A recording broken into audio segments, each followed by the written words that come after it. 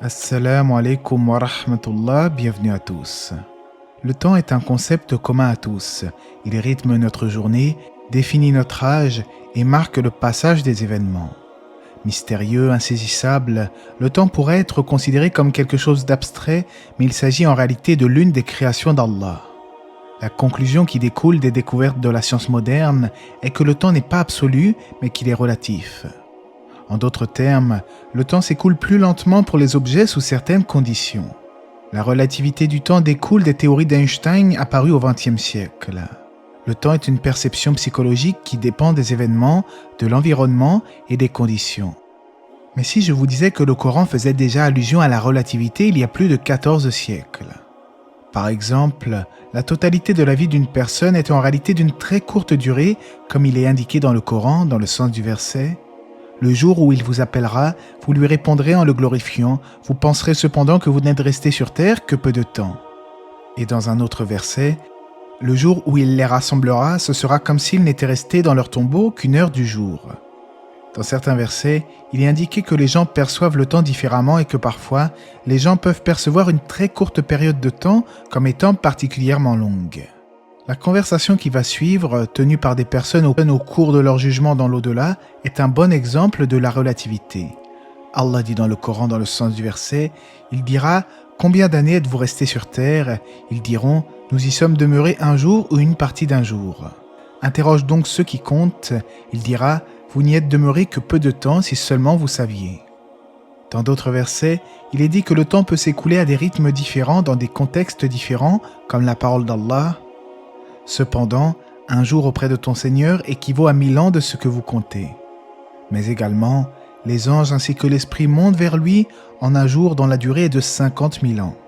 Ces versets sont l'expression manifeste de la relativité du temps. Le fait que le Coran en parle bien avant les découvertes scientifiques les plus récentes prouve la nature divine de la révélation d'Allah. Dans d'autres versets, le temps y est décrit comme une perception. À titre d'exemple, le temps passe certainement plus vite lorsque vous vous adonnez à votre loisir préféré que lorsque vous effectuez un travail pénible. Dans la sourate de la caverne, il est fait mention d'un groupe de croyants qui ont été saisis d'un profond sommeil et à leur réveil, ils pensaient que leur sommeil n'avait duré qu'une courte période. Néanmoins, ils étaient restés dans cet état pendant plus de 300 ans. Il y a d'autres versets de ce genre dans le Coran. Tout cela démontre quoi ? Que le Coran n'est pas un recueil de mythes et de légendes superstitieux, mais qu'il décrit bel et bien certaines des réalités du monde et de l'univers. Même si de base le Coran est un livre de guidée, il n'y a pas de mal à souligner les corrélations qu'il y a entre science et religion, aux grandes dames des sceptiques qui ne font que crier au concordisme. En dehors du fait que le temps est relatif, il est bon de souligner que le temps est d'une importance cruciale en islam. Et Allah jure d'ailleurs par le temps dans la sourate le temps, Al-Asr. Par le temps, l'homme est certes en perdition. Si l'on examine la situation de la plupart des gens sur Terre, on s'aperçoit rapidement que la majorité d'entre eux gaspillent leur temps précieux dans des futilités. On n'a qu'une vie, autant en profiter. Profitons de chaque instant, vivons l'instant présent, disent-ils.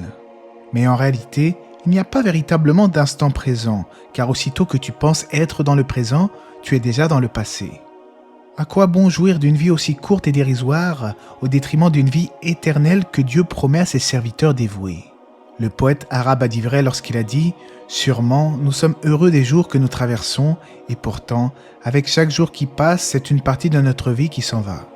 Chaque jour qui passe nous rapproche inexorablement de la mort, ainsi faudrait-il s'atteler à rechercher le véritable but de notre vie sur terre, au lieu de nous perdre dans des plaisirs éphémères. » Dans un hadith, on rapporte que le prophète alayhi salatu wassalam a dit « Il existe 2 bénédictions que de nombreuses personnes n'utilisent pas à bon escient, la santé et le temps libre. » Il est évident que celui qui est convaincu de la valeur et de l'importance d'une chose prend davantage soin à préserver cette dernière. C'est ainsi qu'en prenant conscience de la valeur et de l'importance du temps, le musulman devient soucieux de le préserver et de l'exploiter d'une manière qui le rapproche davantage de son Seigneur.